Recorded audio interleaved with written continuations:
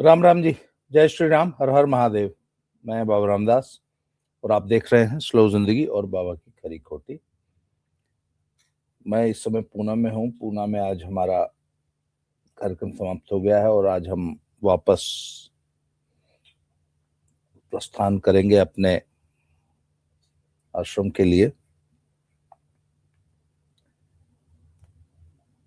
इस बीच बंगाल में घटनाएं तेजी से घटनाक्रम बदल रहा है और सुप्रीम कोर्ट पहुंच गई है ईडी ममता बनर्जी के खिलाफ।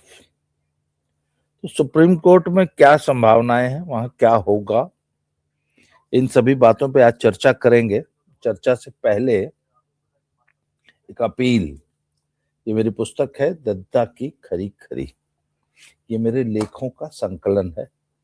इस पुस्तक का मूल्य 600 रुपया है, पर असल में ये पुस्तक जो है हमारे आश्रम और मंदिर में बनने वाली एक गौशाला किसके लिए सहयोग राशि है। अगर आप ये पुस्तक मंगाते हैं तो आपका सहयोग 600 रुपया उस गौशाला में होगा।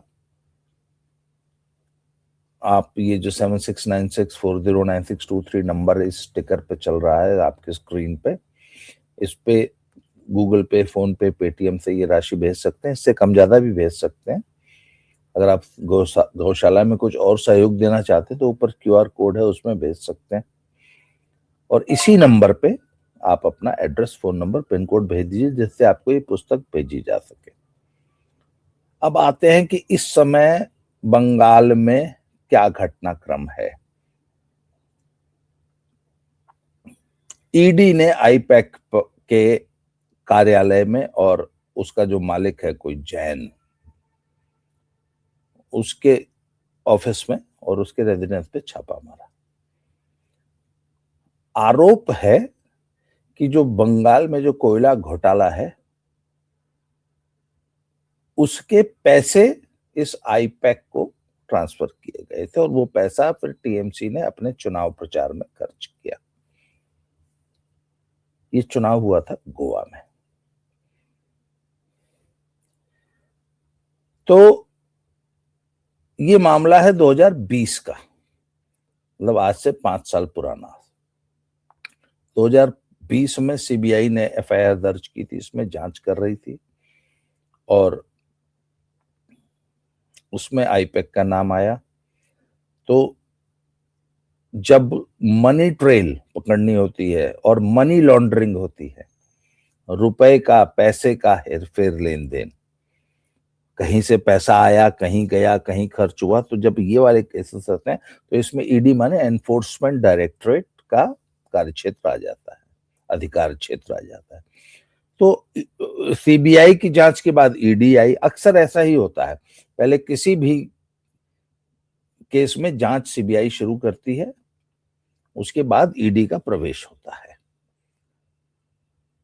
तो ममता बनर्जी पहुंच गई और ईडी ने जो सबूत इकट्ठे करने के लिए जो दस्तावेज, files, pen drives, laptops, hard disks, ये तमाम कागजात इकट्ठे किए थे, ममता बनर्जी ने वो लूट लिए।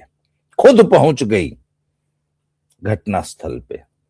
अभी इसको लेके ईडी ने जो है हाई कोर्ट में रिट की, तो ममता बनर्जी ने हाई कोर्ट की उस सुनवाई को भी बाधित किया।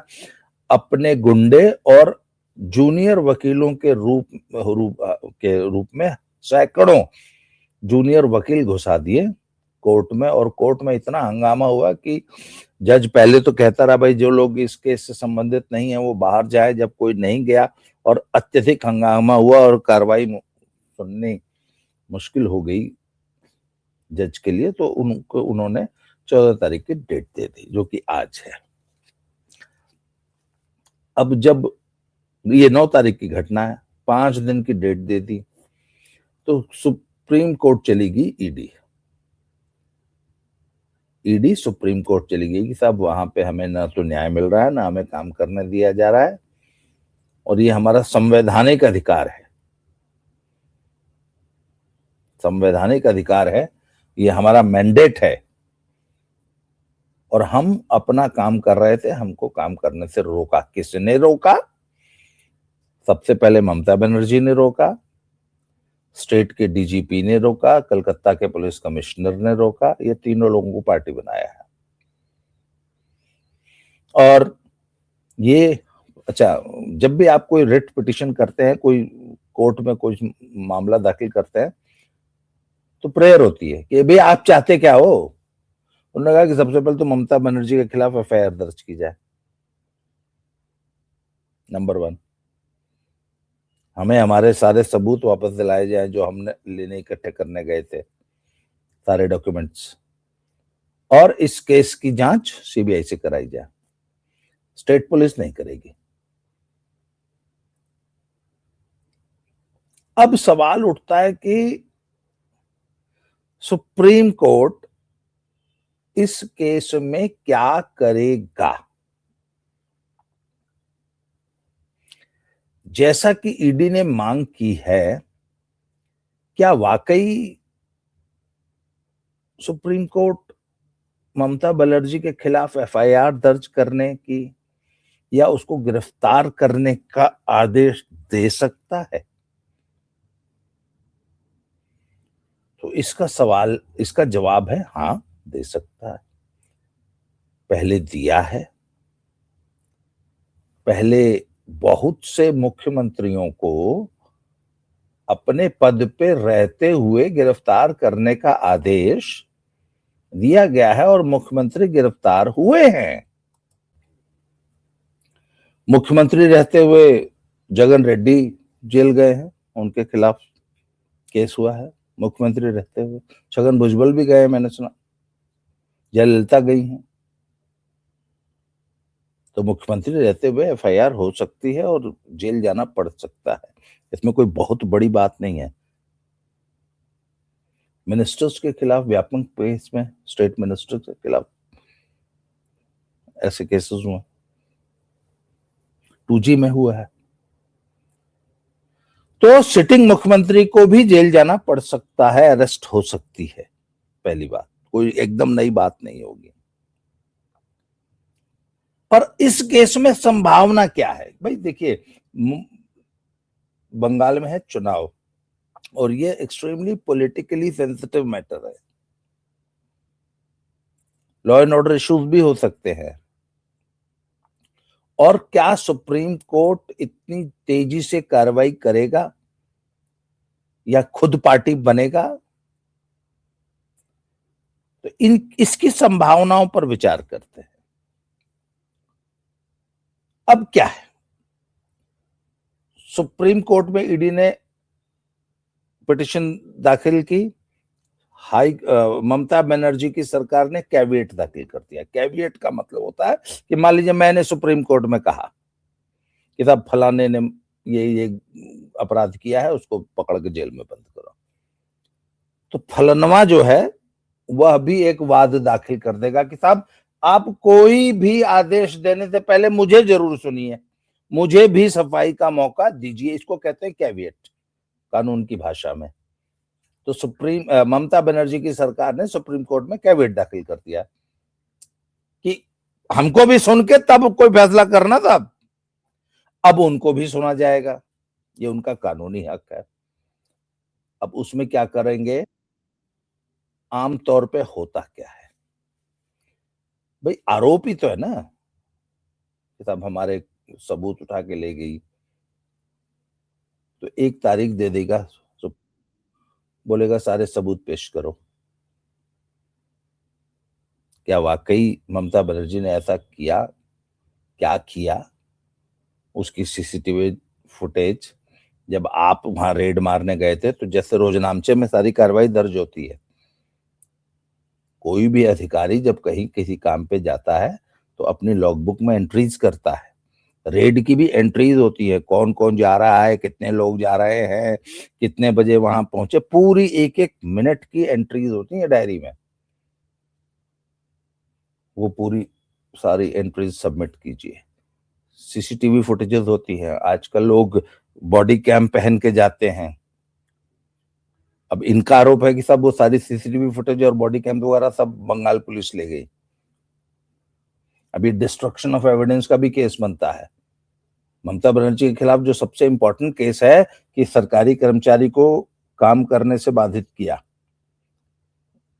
जो सबूत थे उनको नष्ट करने का काम किया।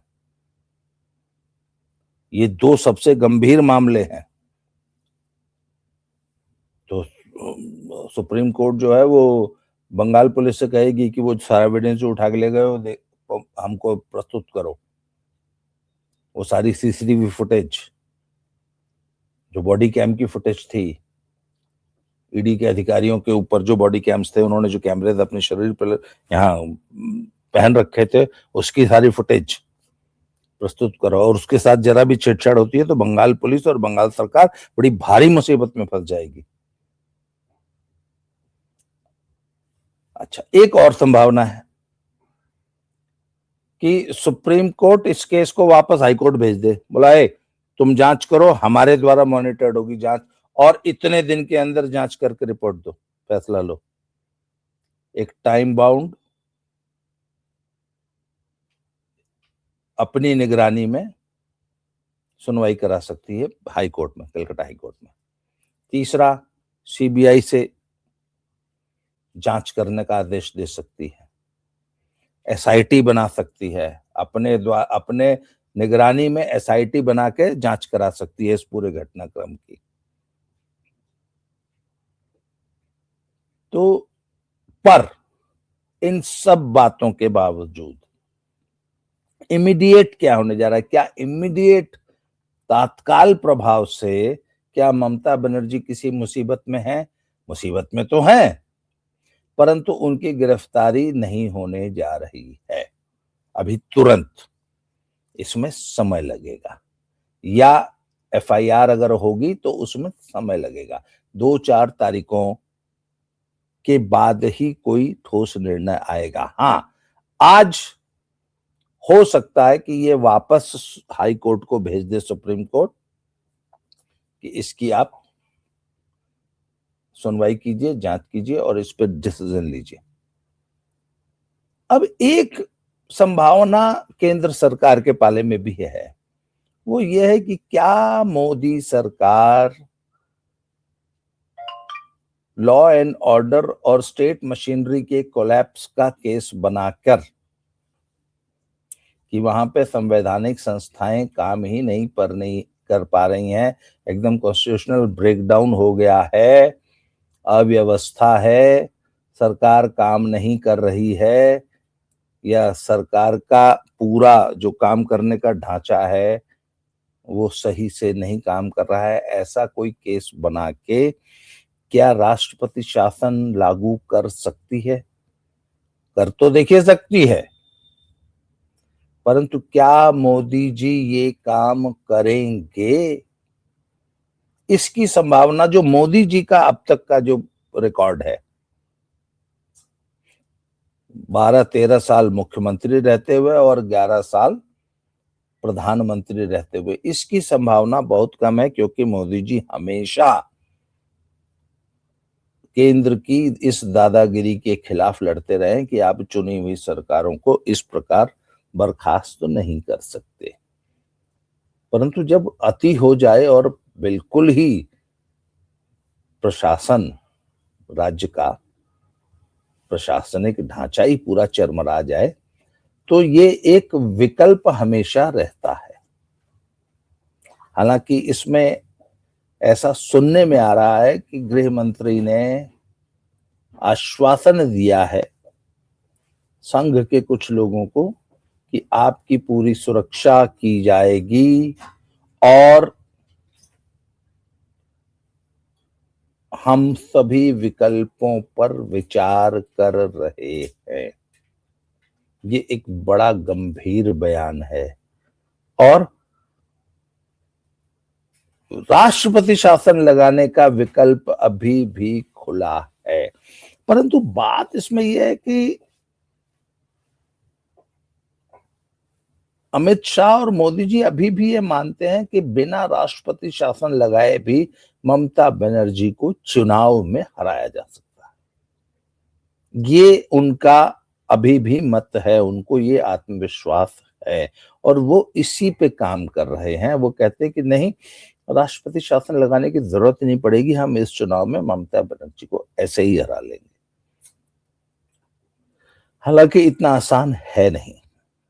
जैसे जितना आसानी से भाजपा ने हरियाणा जीत लिया या बंगाल जीत लिया, सॉरी महाराष्ट्र जीत लिया या दिल्ली जीत लिया या बिहार जीत लिया, उतने आसानी से बंगाल नहीं जीता जाएगा। बंगाल में तो जी एक एक सीट के लिए, एक एक वोट के लिए पूरा युद्ध होगा, क्योंकि लड़ाई बहुत कांटे की है। और जब तक ममता बनर्जी के गुंडागर्दी वाले तंत्र और गुंडागर्दी वाले कैडर को ध्वस्त नहीं किया जाएगा और उनकी घेराबंदी नहीं की होगी और आम आदमी निश्चिंत निर्द्वंद एकदम स्वतंत्र होकर, निर्भय होकर बूथ पर जाकर वोट नहीं देगा, तब तक ममता बनर्जी को हराना असंभव है। तो क्या केंद्र सरकार ऐसी घेराबंदी कर पाएगी कि ममता बनर्जी के गुंडों को रोक सके और आम वोटर को मत पेटी तक, मत ईवीएम तक पहुंचा दे? आम वोटर को सबसे बड़ा चैलेंज ये है। अब ममता बनर्जी का जो माहौल है, ममता बनर्जी की जो बौखलाहट है, वो तो कुछ और कह रही है। वो तो कह रही है कि ममता बनर्जी घबराई भी है, उनको लग रहा है इस बार उनका सिंहासन डोल रहा है। पर मोदी अमित शाह का जो कॉन्फिडेंस है, ये क्या कहता है? हालांकि जो वहां की इकाई है, वहां के जो कार्यकर्ता है, वहां के लोग हैं, बंगाल का जो संगठन है, वो ये कहता है कि नहीं, तब आप राष्ट्रपति शासन लगाओ। इसकी गुंडागर्दी को काबू करना इतना आसान नहीं है। अब ये तो समय बताएगा तब क्या होता है। पर आज सुप्रीम कोर्ट के फैसले से आने वाले समय में बहुत बड़ा एक मतलब मूड में परिवर्तन हो सकता है बंगाल में और ममता बनर्जी भारी मुसीबत में फंस सकती है आज की सुप्रीम कोर्ट की कार्रवाई के बाद। तो आज शाम तक देखते हैं सब क्या फैसला आता है। तो आज मैं वैसे सारा दिन यात्रा में रहूंगा। आज हम पुणे से वापस हिमाचल प्रदेश की तरफ प्रस्थान कर रहे हैं। शाम तक वहां पहुंच के आपको फिर रिपोर्ट करते हैं। आज के लिए इतना ही। बहुत बहुत धन्यवाद। Thank you very much. जय श्री राम।